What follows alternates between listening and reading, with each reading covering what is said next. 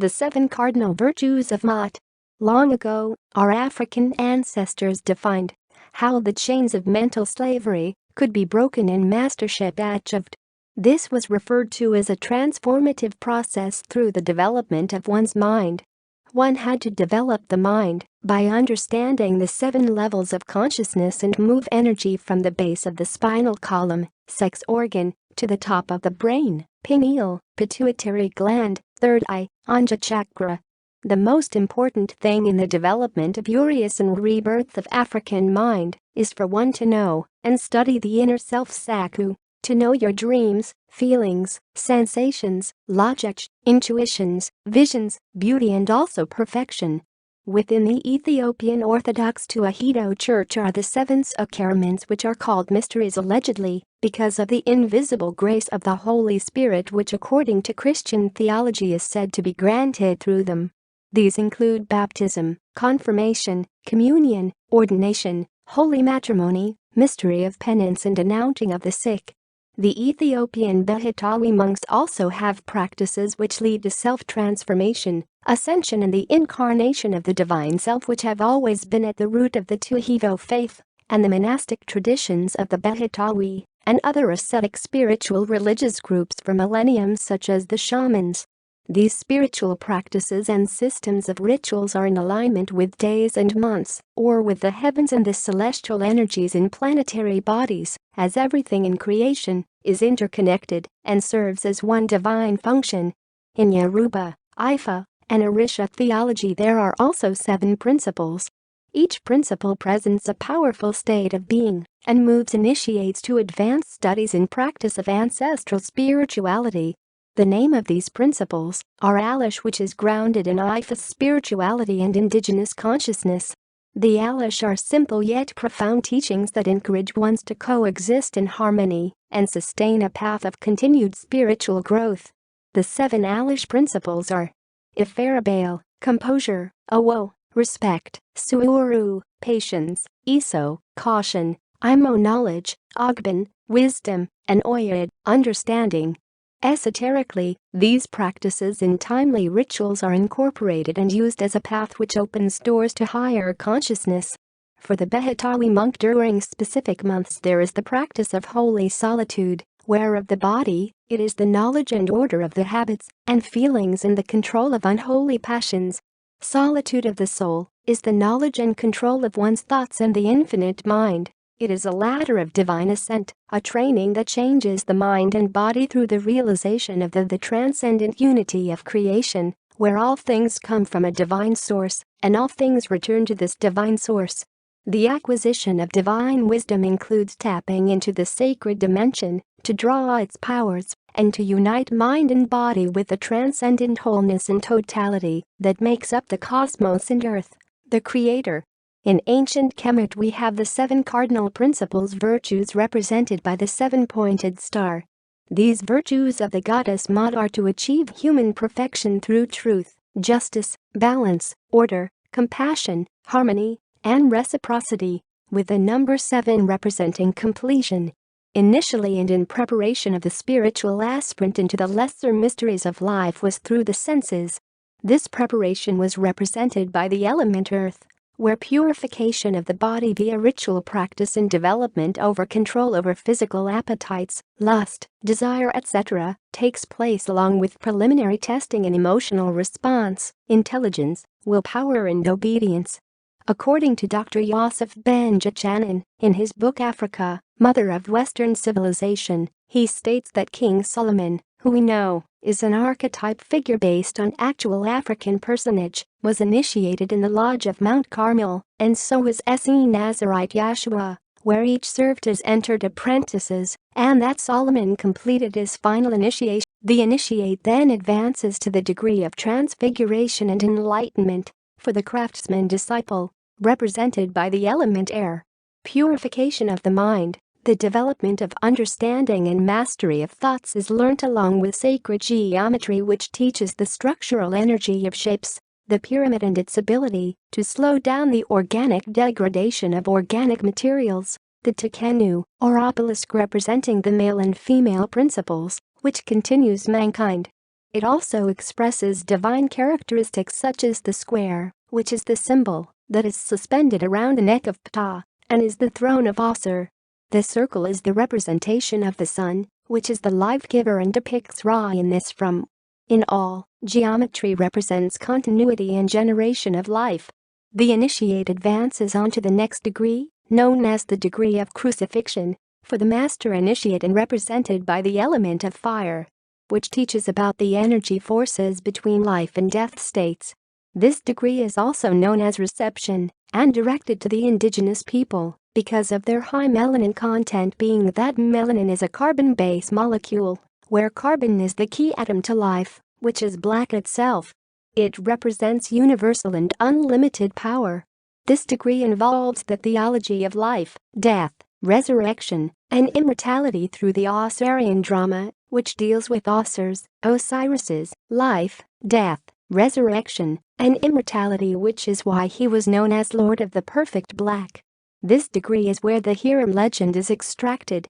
The next degree is the degree of resurrection or illumination, for the Archmason adept and represented by the element earth.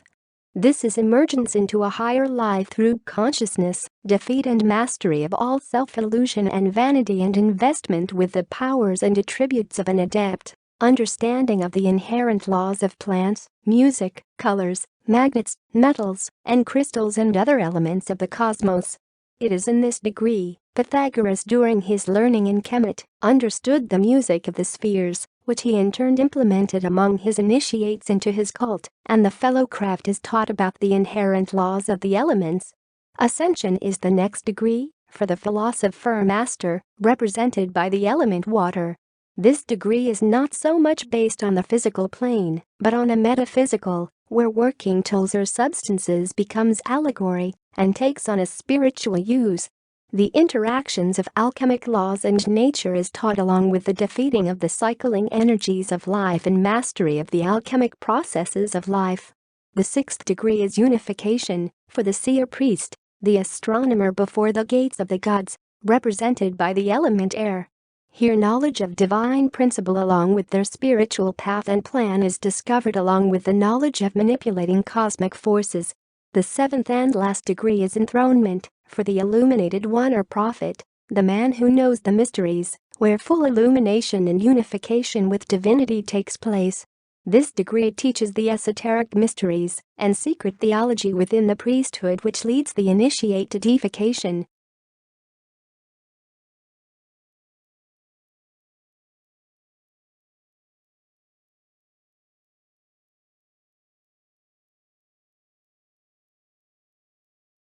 Las 7 virtudes cardinales de Maat. Hace mucho tiempo, nuestros ancestros africanos definieron cómo se podían romper las cadenas de la esclavitud mental y alcanzar la maestría. Esto fue referido como un proceso transformador a través del desarrollo de la propia mente. Uno tenía que desarrollar la mente al comprender los 7 niveles de conciencia y mover la energía desde la base de la columna vertebral, el órgano sexual, hasta la parte superior del cerebro, pineal, glándula pituitaria, tercer ojo, anja chakra. Lo más importante en el desarrollo de Uraeus y el renacimiento de la mente africana es que uno conozca y estudie el ser interno / Saku, para conocer tus sueños, sentimientos, sensaciones, lógica, intuiciones, visiones, belleza y también perfección. Dentro de la Iglesia Ortodoxa Etíope de Tewahedo se encuentran los 7 sacramentos que se llaman misterios, supuestamente debido a la gracia invisible del Espíritu Santo que, según la teología cristiana, se dice que se concede a través de ellos. Estos incluyen bautismo, confirmación, comunión, ordenación, santo matrimonio, misterio de penitencia y anuncio de los enfermos. Los monjes etíopes Betawi también tienen prácticas que conducen a la autotransformación, la ascensión y la encarnación del ser divino, que siempre han estado en la raíz de la fe Tewahedo y las tradiciones monásticas de los Betawi y otros grupos espirituales / religiosos ascéticos durante milenios como estos. Como los chamanes. Estas prácticas espirituales y sistemas de rituales están alineados con los días y meses, o con los cielos y las energías celestiales y los cuerpos planetarios, ya que todo en la creación está interconectado y sirve como una función divina. En la teología Yoruba, Ifa y Orisa también hay 7 principios. Cada principio presenta un estado poderoso del ser y mueve a los iniciados a avanzar en los estudios y la práctica de la espiritualidad ancestral. El nombre de estos principios es Alaase, que se basa en la espiritualidad de Ifa y la conciencia indígena. Los Alaase son enseñanzas simples pero profundas que animan a uno a coexistir en armonía y mantener un camino de crecimiento espiritual continuo. Los 7 principios de Alaase son Ifarabale, compostura, Oiwo, respeto, Suguru, paciencia, Eso, precaución, Imo, conocimiento, Podbon, sabiduría, y Oye, comprensión. Esotéricamente, estas prácticas y rituales oportunos se incorporan y utilizan como un camino que abre las puertas a una conciencia superior. Para el monje Beatagui durante meses específicos existe la práctica de la santa soledad, donde del cuerpo es el conocimiento y orden de los hábitos y sentimientos y el control de pasiones impías. La soledad del alma es el conocimiento y control de los pensamientos y la mente infinita. Es una escalera de ascenso divino, un entrenamiento que cambia la mente y el cuerpo a través de la realización de la unidad trascendente de la creación, donde todas las cosas provienen de una fuente divina y todas las cosas regresan a esta fuente divina. La adquisición de la sabiduría divina incluye aprovechar esta dimensión sagrada, extraer sus poderes y unir la mente y el cuerpo con la plenitud y la totalidad trascendentes que componen el cosmos y la tierra, el Creador.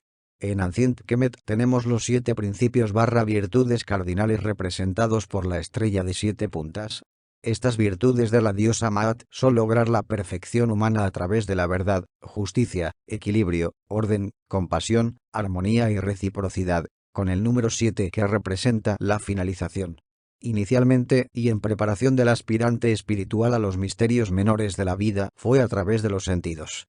Esta preparación estuvo representada por el elemento tierra, donde se lleva a cabo la purificación del cuerpo a través de la práctica ritual y el desarrollo del control de los apetitos físicos, lujuria, deseo, etc., junto con pruebas preliminares en respuesta emocional, inteligencia, fuerza de voluntad y obediencia.